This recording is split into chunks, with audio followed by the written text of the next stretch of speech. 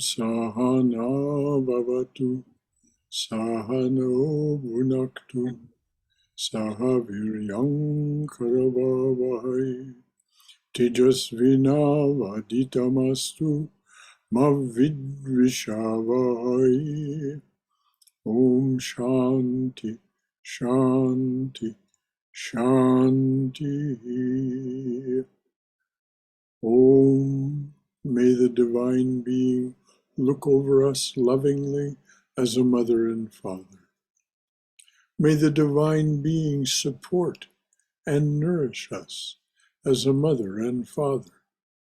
May we have the strength and skill to study together the art of spirituality. May no misunderstandings arise amongst us.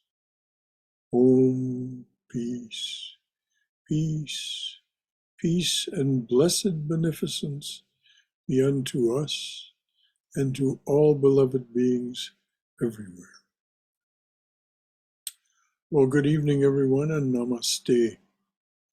Welcome to our Tuesday evening gathering to study the life of Sri Ramakrishna as told to us in the book The Gospel of Sri Ramakrishna, which was assembled from his diaries by Mahendranath Gupta, known in the Gospel simply by the initial M.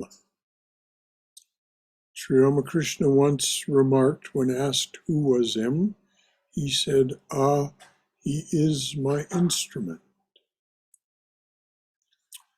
So we can imagine that the Gospel was created at the direct will of Sri Ramakrishna,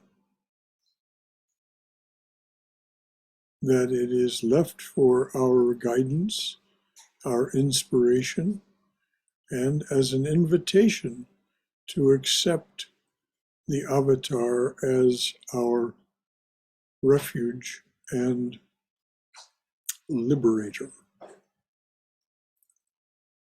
as it says in Breaker of This World's Chain, which is recited every evening at Arati.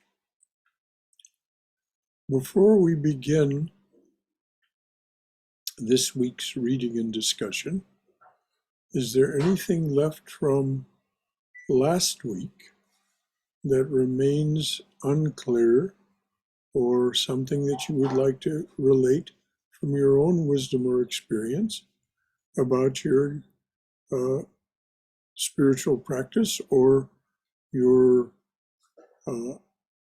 relationship with the Divine Being, as we hear about it in the opening prayer? All right. Well, Balakrishna ji, please tell us where we are in the book and begin your reading. We are on page 14. We're going to start reading from God Intoxicated State.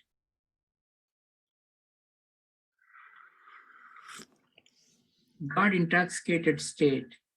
Yet, this was only a foretaste of the intense experiences to come. What he's referring to, for those of you who don't recall, was his first experience, his first full loss of outward awareness in the experience of Mother Kali. That's what's referred to when it says what Bala will read again. God Intoxicated State, yet this was only a foretaste of the intense experiences to come. The first glimpse of the Divine Mother made him the more eager for her uninterrupted vision. He wanted to see her both in meditation and with eyes open. But the mother began to play a teasing game of hide and seek with him,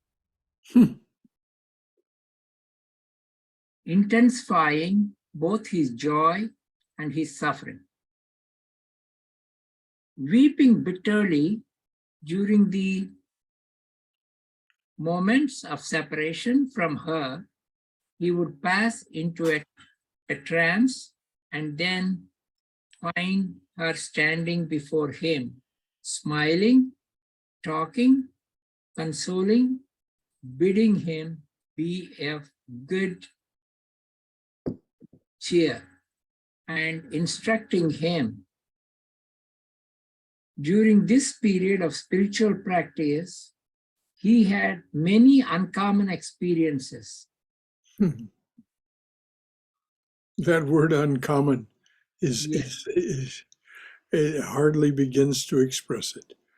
Yes, he had many uncommon experiences. When he sat to meditate, he would hear strange clicking sounds in the joints of his legs, as if someone were locking them up one after the other to keep him motionless. And at the conclusion of his meditation, he would again hear the same sounds, this time unlocking them and leaving him free to move about. Now, can you imagine when he sat for meditation after this first vision of the mother and this hide and seek game she was playing with him?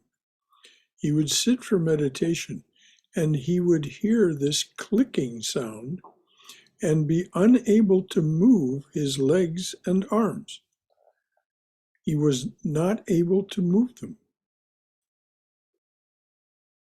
This is why he said, in terms of his relationship with her, "This is thy machine, thou art the operator." She would make it so that he was not able to move during these periods when he was sitting for meditation. And then when the period of meditation ended, he would hear the clicking and the unlocking. He would feel it and hear it. These are indeed uncommon experiences. I don't know of anyone else who's ever related anything of the kind. Any comments, concerns, or questions? All right, dears, let's go ahead. He would see flashes like a swarm of fireflies floating before his eyes, or a sea of deep mist around him with luminous waves of molten silver. Again, from a sea of translucent mist, he would behold the mother rising, first her feet, then her waist, body, face, and head, finally her whole person. He would feel her breath and hear her voice.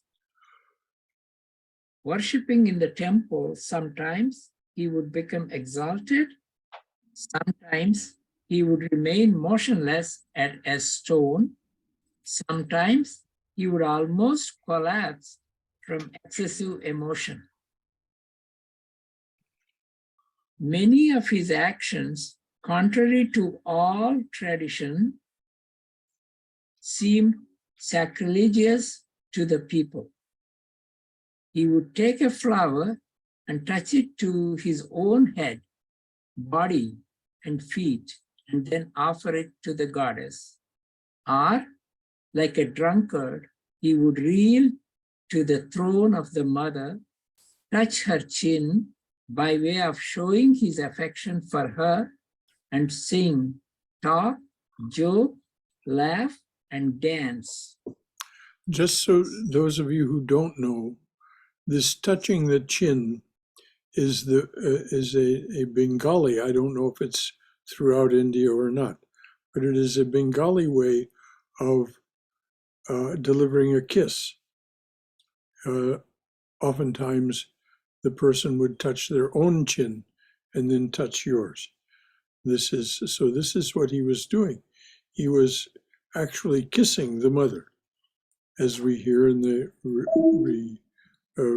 the stories told by many saints. They have this very intimate relationship with the divine, in which they do actually have this physical intimacy. It may seem shocking to us, but nevertheless, there it is. It's their testimony of their relationship with the divine. So this was, and again, this was something that was the other priests and people who would witness this, particularly the other priests in the Kali temple, would just, and from the other temples, they would just be scandalized by his behavior. We'll hear more about that. Any comments, concerns, or questions? All right, dear, please read on. Or he would take a morsel of food from the plate and hold it to her mouth, begging her to eat it, and would not be satisfied till he was convinced that she had really eaten. After the mother had been put to sleep at night, from his own room, he would hear her ascending to the upper story of the temple with the light steps of a happy girl, her anklets jiggling.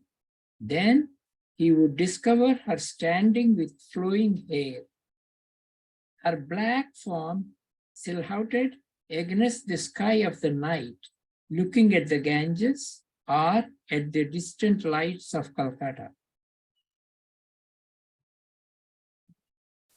Naturally, temple officials took him for an insane person.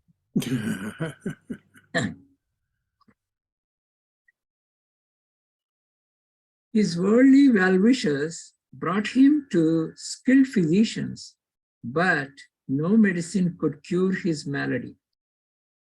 Many a time he doubted his sanity himself, for he had been sailing across an uncharted sea with no earthly guide to direct him. He had no guru. There was no one. He'd had a guru that taught him the Kali mantras and taught him the Kali worship, but the fellow was not a guru beyond that. And so he was simply a teacher of the mantras and the procedures, the ritual. So Sri Ramakrishna had no guide during this time, which was one of the reasons that he doubted his sanity. We'll hear much more about this as time goes on. Yeah, and also later, I think he prays mother to teach me. I don't know anything. Teach me. Yes. Indeed. And he says that she will do that for us as well, if we ask in the same way. Yeah. All right. If there are no other comments or questions, then Bala, just read on. His only haven of security was the Divine Mother herself. To her, he would pray, I do not know what these things are. I am ignorant of mantras and the scriptures. Teach me, Mother, how to realize thee. Who else can help me? Art thou not my only refuge and guide? And the sustaining presence of the mother never failed him in his distress or doubt. Even those who criticized his conduct were greatly impressed with his purity, guilelessness, truthfulness, integrity, and holiness. guilelessness. This is such a key word. Sri Ramakrishna was never calculating. He never tried to estimate the consequences of his actions. He simply did what arose in the moment, in this completely childlike, guileless. Guile is shrewdness, calculation. Sri Ramakrishna was absolutely without it.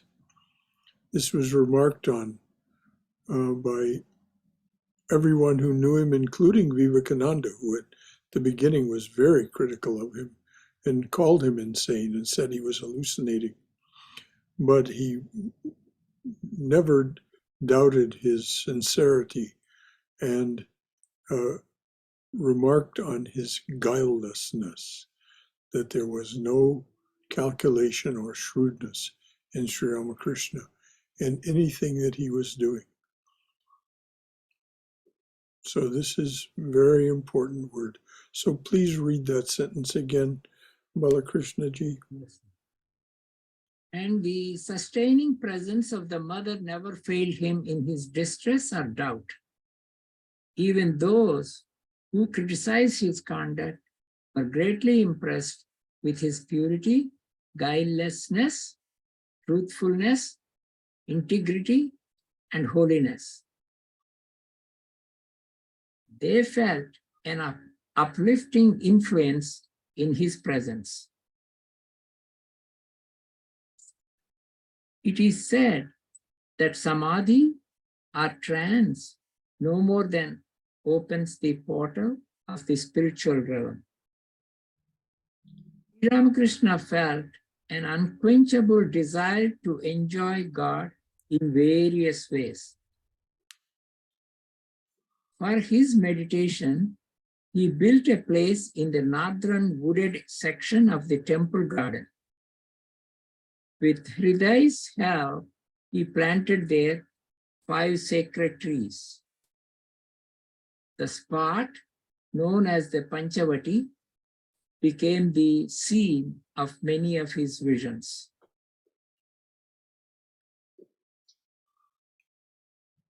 As his spiritual mood deepened, he more and more felt himself to be a child of the Divine Mother.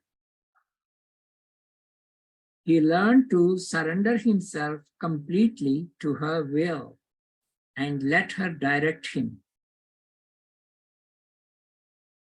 "O Mother," he would constantly pray, "I have taken refuge in thee. Teach me what to do and what to say. Thy will be paramount everywhere. Thy will is paramount everywhere and is for the good of thy children. Merge my will in thy will and make me thy instrument."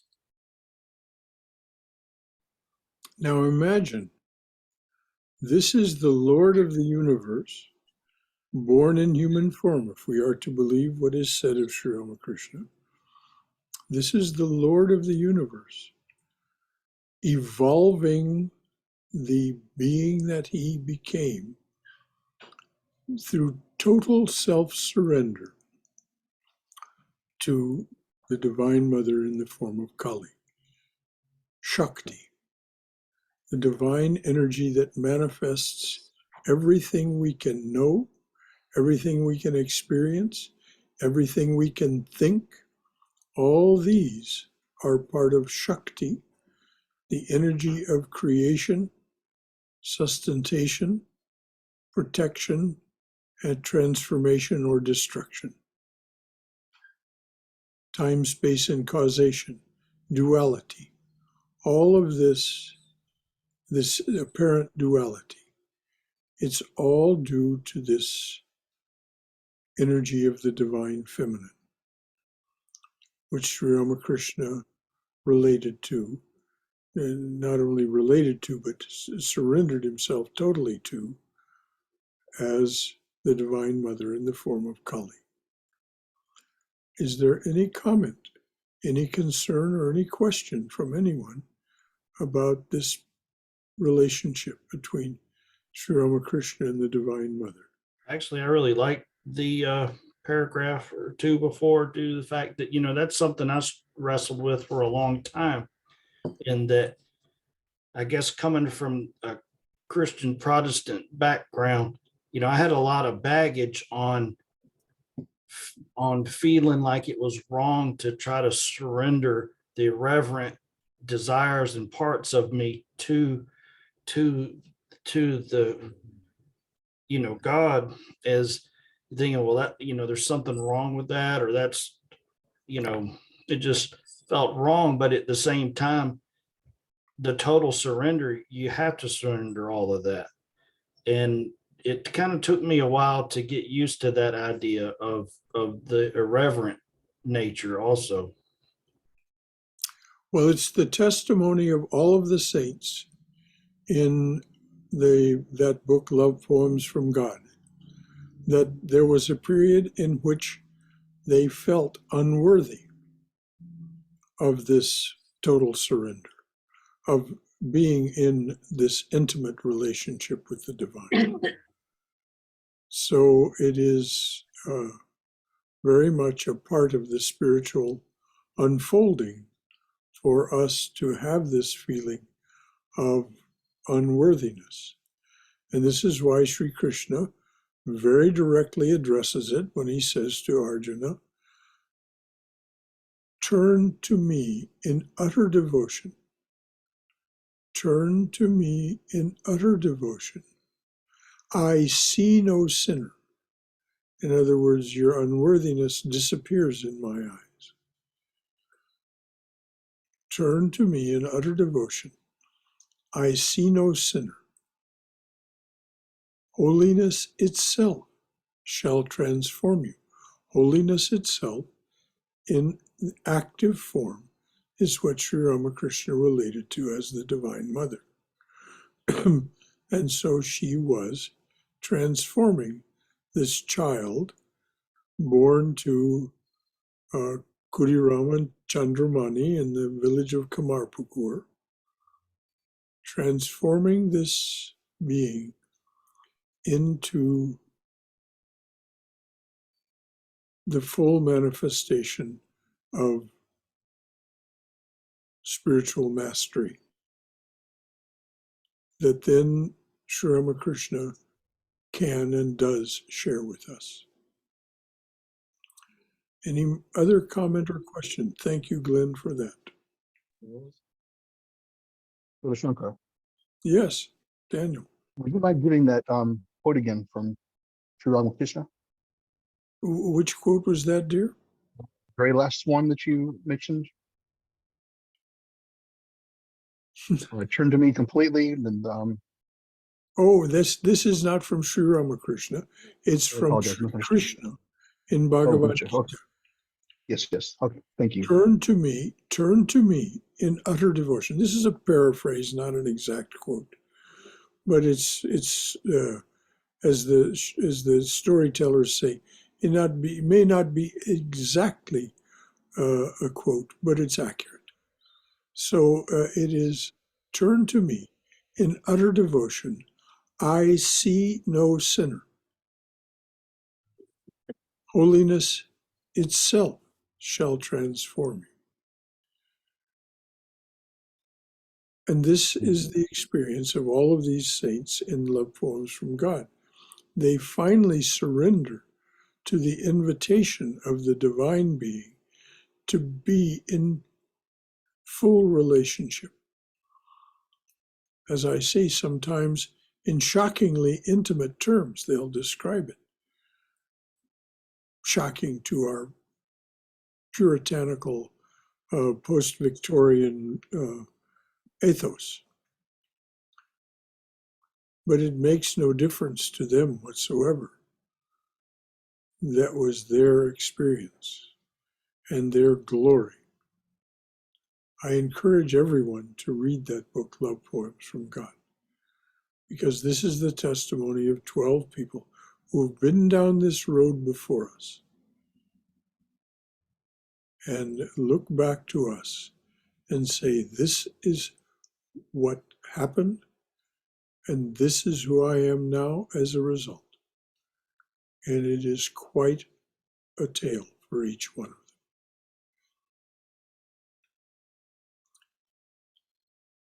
Thank you, Daniel. Is there anything more that you'd like to hear, or anything more you'd like to say? All right. I don't remember what chapter that is in the Gita. I'm not good at remembering the chapter numbers, but it's only 700 verses long, so it's easy enough to read it and find it.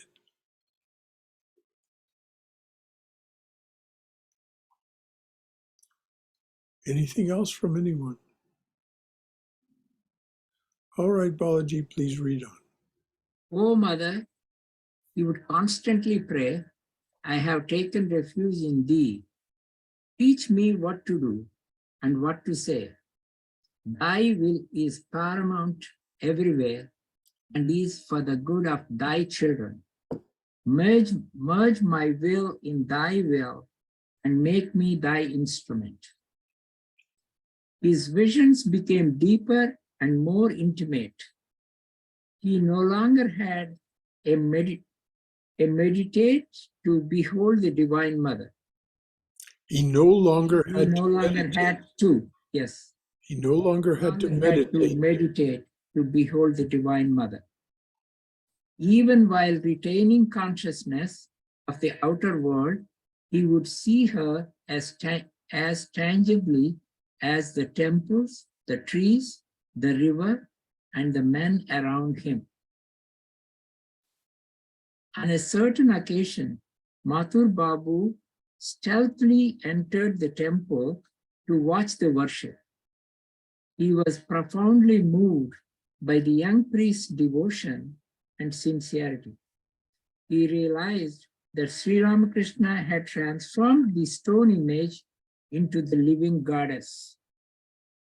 Just for those of you who don't remember, Mathur Babu was the son-in-law of the very wealthy woman, Rani Rasmani, who had established that temple compound.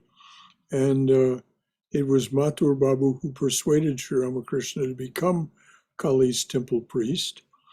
And so when he says he stealthily came in so that Sri Ramakrishna wouldn't be aware of his presence, which I doubt that that's possible in the presence of such a yogi, but nevertheless, he stealthily and was impressed by the young priest's devotion and sincerity.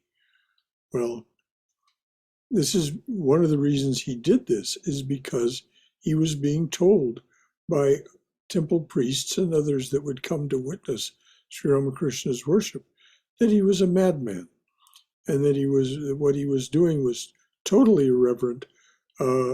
Heresy would bring ruin on the temple because it was so wrong. All caps, WRONG, all caps, underlined, wrong. That's how they were saying it to Mathur.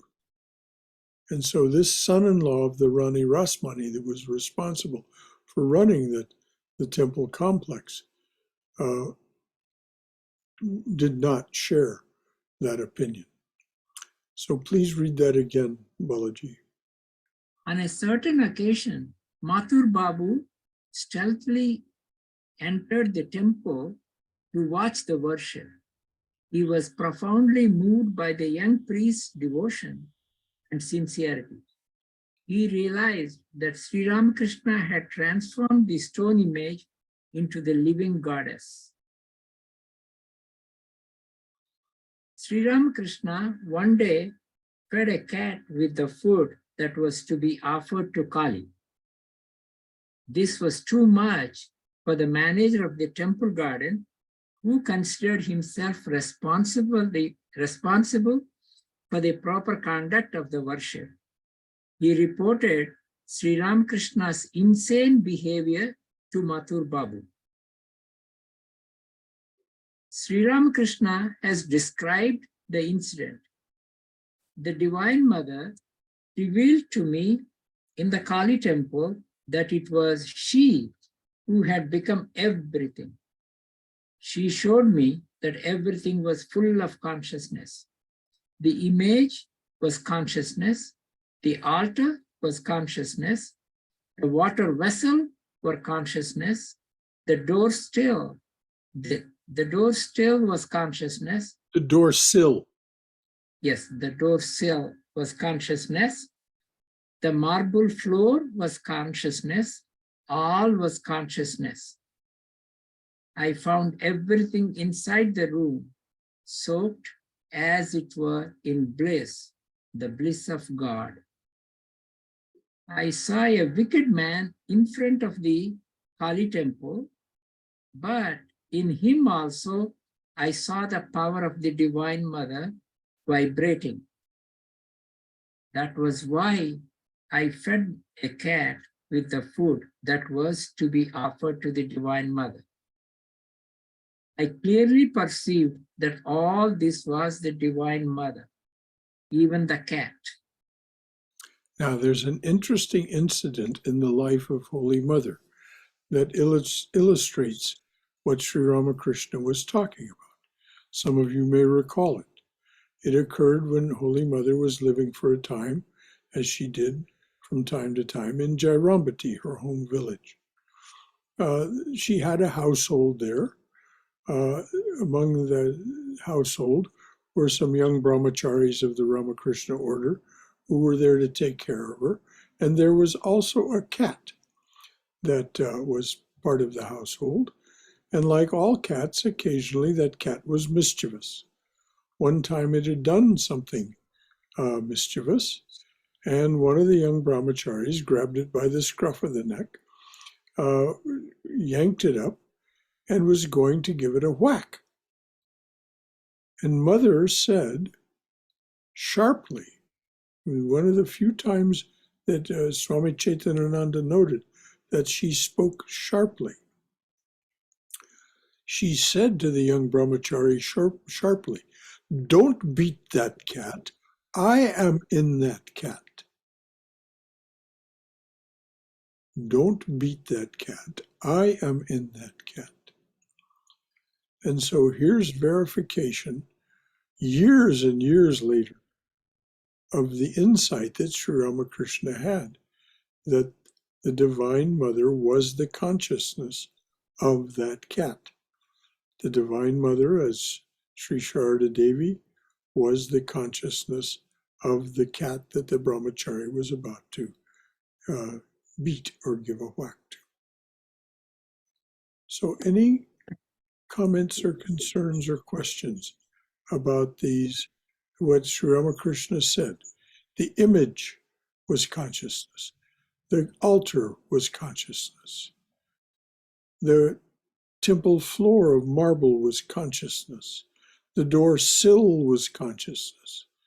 Everything, the water pot was consciousness. And him saying this,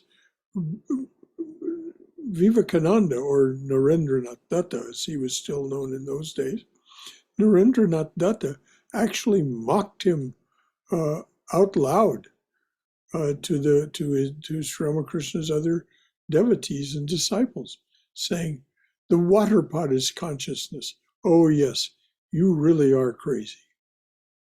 And so this is how bizarre it can seem to us if we share the skepticism that Vivekananda or Narendranath Datta had at that time. Any comments, concerns, or questions?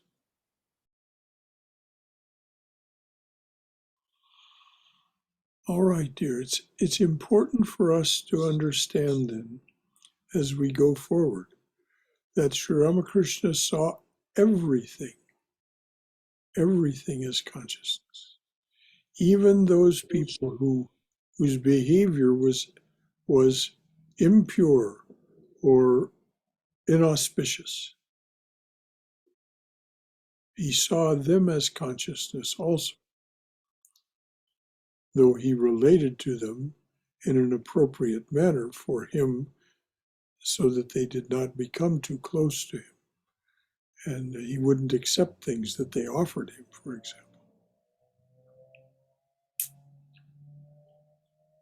So if there's no other comments or concerns or questions, Bala, please read on. Yes. The manager of the temple garden wrote to Mathur Babu saying that I was feeding the cat with the offering intended for the Divine Mother. But Mathur Babu had insight into the state of my mind. He wrote back to the manager, let him do whatever he likes. You must not say anything to him. Now you can imagine the confusion and distress of this temple manager. Yeah. He saw that this would bring ruin on the place. Of course, it did not. But this is how he saw this heretical, bizarre behavior would bring ruin, that the mother would be displeased, not pleased, and would vent her wrath on the temple and on the people who were responsible for managing it as he was. It must have been quite a position he was in. It must have been quite distressing. All right, Balaji, please read on. That is why I think the grace has to come. Mathur Babu had that grace. That's why he was able to see the aspects of the Ramakrishna, even though his behavior is so bizarre. That's right. Sri Ramakrishna actually described his relationship with Mathur, that it was an old relationship, that Mathur had been a king in an earlier incarnation of Sri Ramakrishna, and a good king, a very beneficent and good king to his people, which is why he then had the responsibility for Sri Ramakrishna and meeting Sri Ramakrishna's material needs and managing this really incredible temple complex. If you get a chance to visit it, if you haven't, it really is quite remarkable what Rani Rasmani built there on the banks of the Ganga. And then Sri Ramakrishna added to it by building the Panchavati and other things. The Panchavati, of course, is still there, these 5 sacred trees.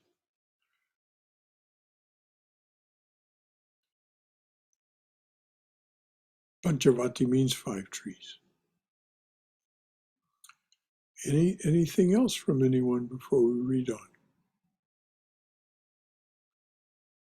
Okay, dears? One of the one of the painful elements from which Sri Ramakrishna suffered at this time was a burning sensation in his body, and he was cured by a strange vision. During worship in the temple, following the scriptural injunctions, he would imagine the presence of the sinner in himself and the destruction of this sinner.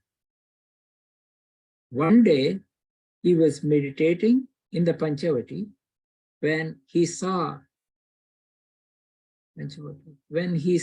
come out of him a red-eyed man of black complexion, reeling like a drunkard. Soon there emerged from him another person of serene countenance, wearing the outer cloth of a sannyasi and carrying in his hand a trident. The second person attacked the first and killed him with the trident. Thereafter, the Sri Ramakrishna was free of his pain. Now, this is such a remarkable incident.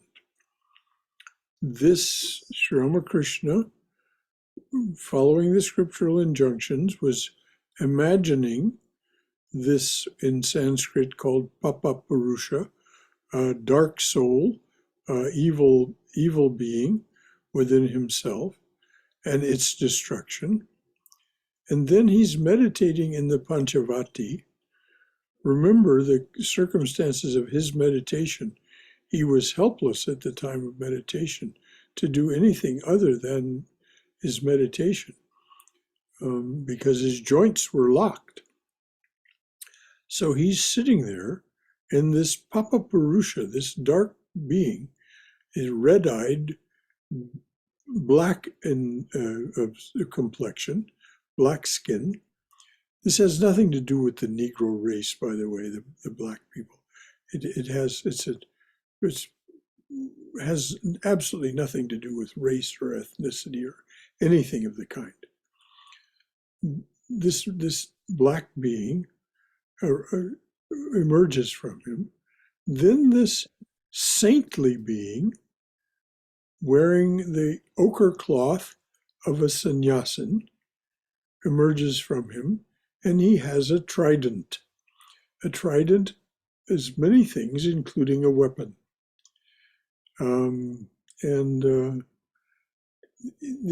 The saintly person attacks, as it is related here, attacks this Papa Purusha, this dark being, and kills him. And after that, Sri Ramakrishna is free of this particular peculiar pain and burning sensation in his body. He no longer has the Papa Purusha.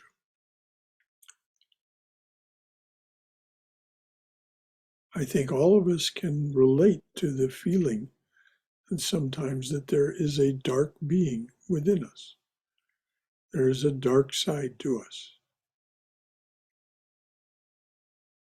We deal with it as best we can. Any comments or concerns or questions from anyone?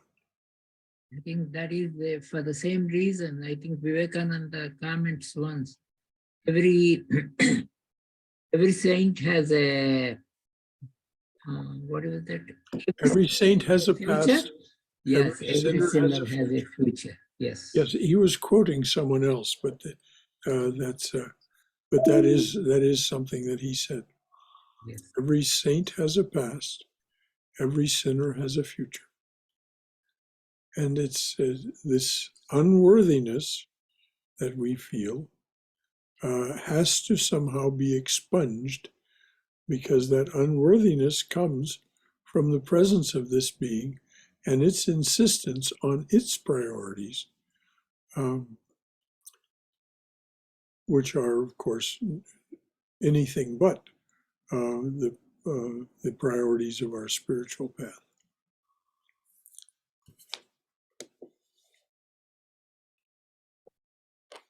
Anything else from anyone before we go on? All right, dear, please read on. At this time, he began to worship God by assuming the attitude of a servant toward his master. He imitated the mood of Hanuman, the monkey chieftain, The monkey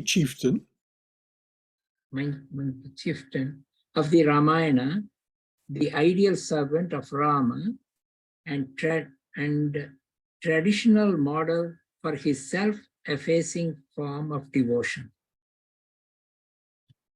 When he meditated on Hanuman, his movements and his way of life began to resemble those of the monkey. His eyes became restless. He lived on fruits and roots. With his cloth tied around his waist, a portion of it hanging in the form of a tail, he jumped from place to place instead of walking. And after a short while, he was blessed with the vision of Sita, the divine consort of Rama, who entered his body and disappeared there with the words, "I bequeath to you my smile." I bequeath to you, in other words, I give to you in honor, bequeath. I bequeath to you my smile. And this is one of the things that is remarked on in Sita. And the reason that Sita rewards Sri Ramakrishna for this enactment of Hanuman's behavior, Hanuman's being, is that it was Hanuman that Rama sends to rescue her when she is kidnapped and imprisoned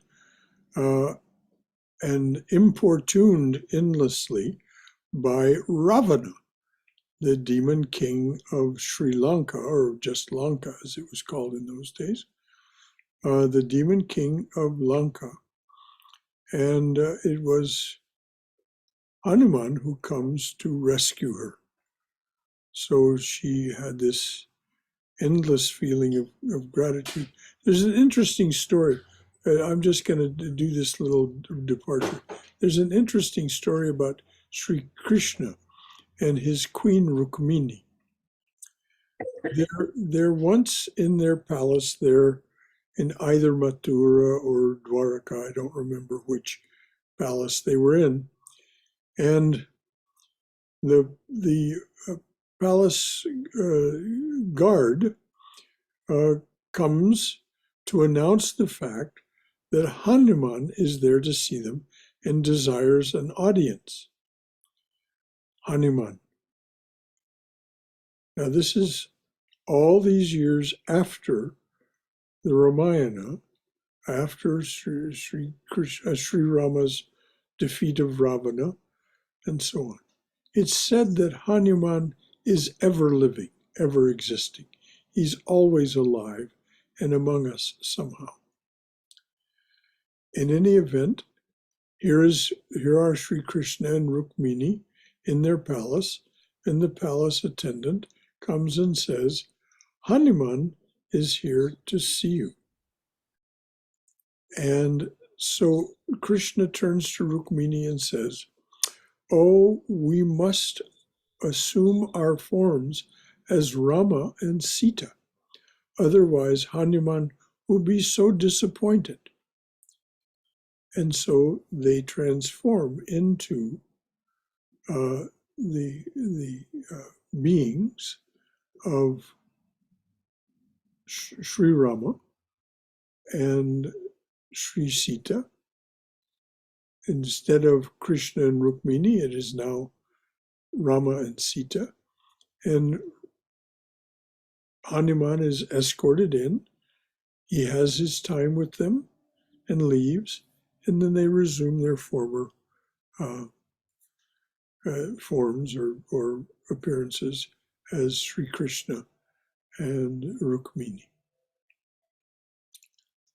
I'm not asking you to believe these things. I'm just saying this is one of those wonderful stories that is told about Hanuman and how devoted Rama and Sita are to Hanuman because of his complete devotion and servant relationship with Sri Rama. Any comments, concerns, or questions about any of that?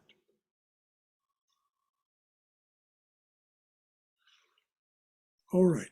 This is one of the episodes of Sri Ramakrishna's life, again, that led Vivekananda and some others. Narendranath Datta, as he said, he wasn't yet Vivekananda. And Narendranath Datta and some others among Sri Ramakrishna's intimate disciples to say, you know, he's just nuts. There's nothing, there's an inner insanity to this man. There's this guilelessness, purity, holiness, all that's there. But there's also this nutcase being inside. Sri Ramakrishna did not disagree. What he said was, all human beings are mad for something. All are mad for something. mad for money, for name and fame, for wealth, for lineage, they're mad for their family. They're mad for something. Sri Ramakrishna said, yes, I am also mad. I am mad for God. All are mad. What he was saying is that in this time, there's no way not to be mad. This Kali Yuga. This is, we are all given to this kind of madness of hypnosis by the actions of Mahamaya, Shakti. So we're all mad for something.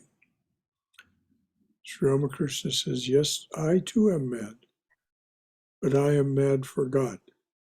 And it would be to your benefit, it would be auspicious for you if you too were to change your madness from whatever it is that you're mad for, to madness for God.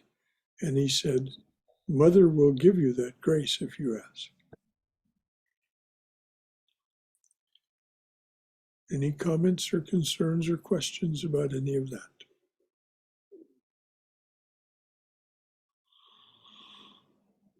All right, Balaji, please read on. Mathur had faith in the sincerity of Sri Ramakrishna's spiritual zeal, but began now to doubt his sanity. He had watched him jumping about like a monkey. One day, when Rani Rasmani was listening to Sri Ramakrishna's singing in the temple, the young priest abruptly turned and slapped her. Now imagine, this is the woman who created this temple complex. She was known as Rani, which means queen, Queen Rasmani, because of her extreme wealth, her dignity, her, and she's the founder of this place. So she's sitting in the chapel with Sri Ramakrishna while he's singing, and he abruptly turns and slaps her face. Now, there's only one thing more insulting that you can do in Bengal. I don't know about the rest of India, but certainly in Bengal, there's only one more thing that you could do that would be more insulting than just slapping someone's face, and that is to slap them with your shoe. So Sri Ramakrishna slapped her in the face. So please read this again, Bala, and now please go on. Mathur had faith in the sincerity of Sri Ramakrishna's spiritual zeal, but began now to doubt his sanity. He had watched him jumping about like a monkey.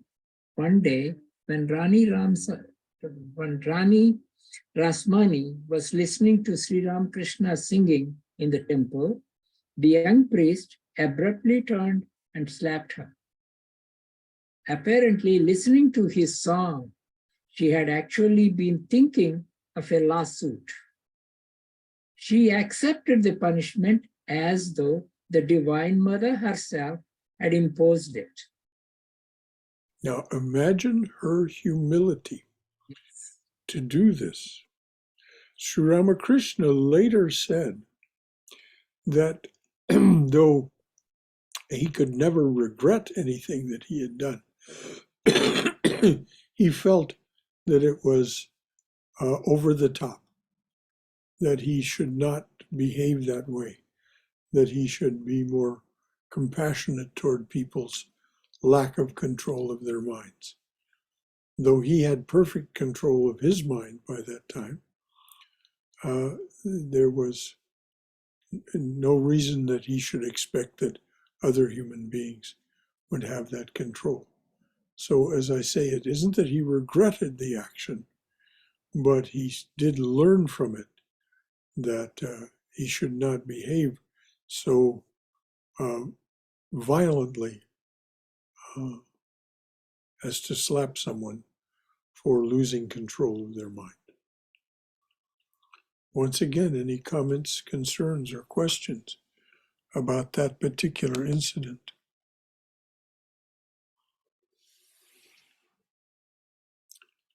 Well, it so speaks to Rani Rasmani's humility that she received this in this way. Please read again how she reacted, Balaji.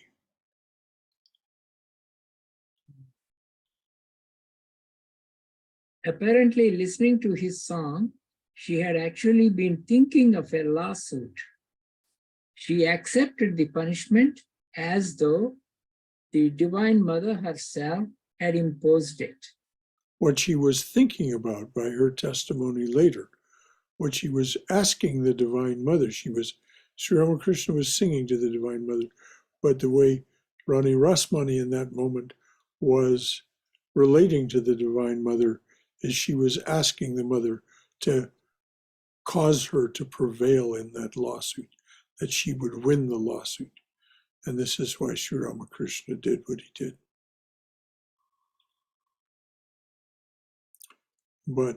And this is why when she had the self-awareness to be completely humble and see that it was inauspicious for her to be asking the Divine Mother for this kind of help. And this is why the punishment was dealt. It was what's all called by those who use these kind of terms, instant karma. The punishment was delivered instantly as soon as the act arose.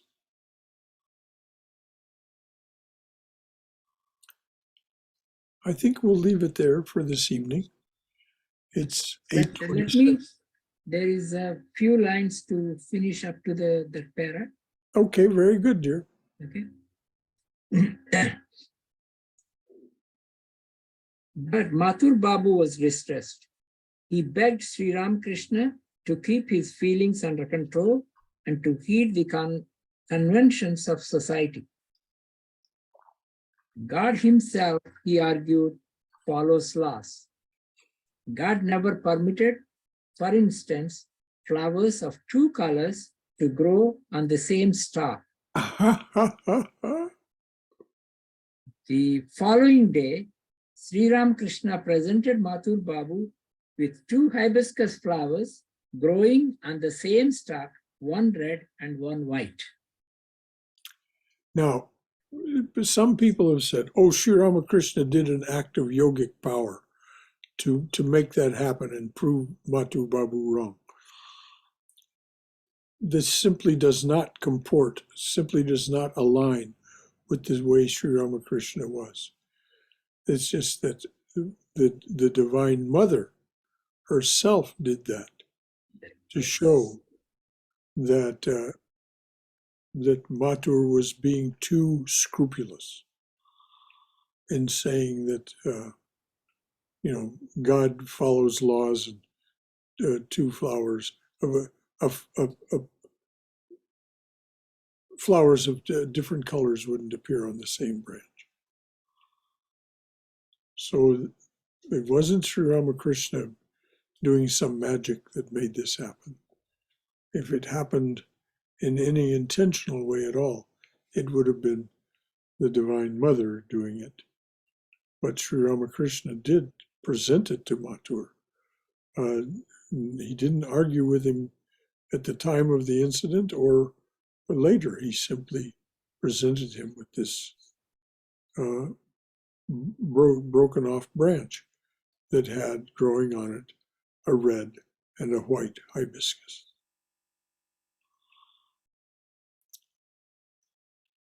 Anything from anyone else? Is that the end of the paragraph? Yes. Okay. And what's the next subhead, or where do we? So there's one more para before that. That's only about 6 or 7 lines. After that, the next heading is Aladari. Okay. Well, why don't you go ahead and read those 6 or 7 lines of the Next paragraph. Mathur and Rani Rasmani began to ascribe the mental element of Sri Ramakrishna, in part or at least, to his observance of a rigid continence. Thinking that a natural life would relax the tensions of his nerves, they engineered a plan with two women of ill fame. But as soon as the women entered his room, Sri Ramakrishna beheld in them the manifestation of the Divine Mother of the universe and went into Samadhi uttering her name. So the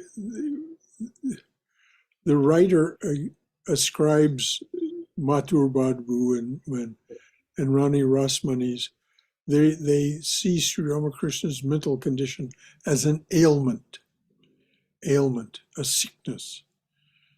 But, in their ignorance or lack of wisdom, they say, well, if he just would break this complete continence that he observes and has no relationships with women at all, then so they hired these two prostitutes, here characterized as two women of ill fame, one of those gentle euphemisms for prostitution.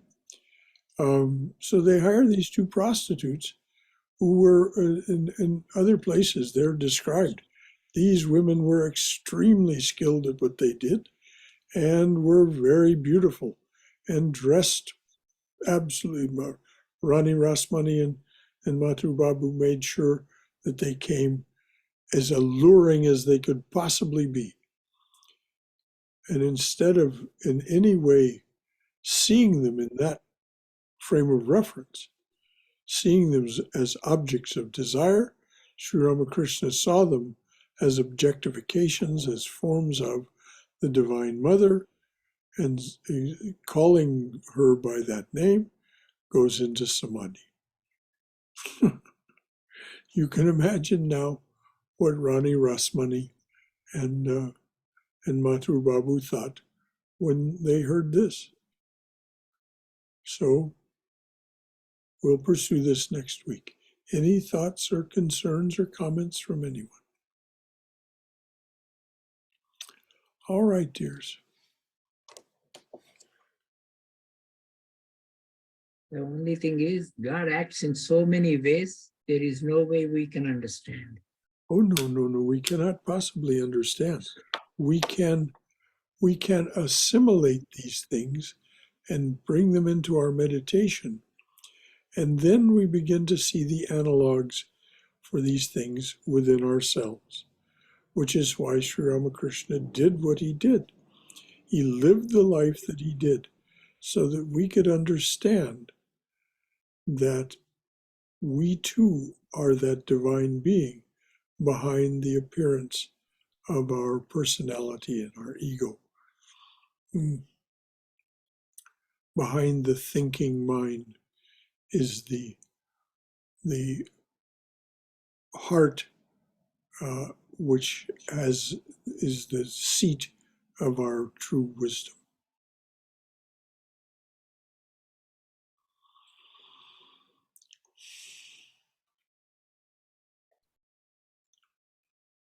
Om Hari Om.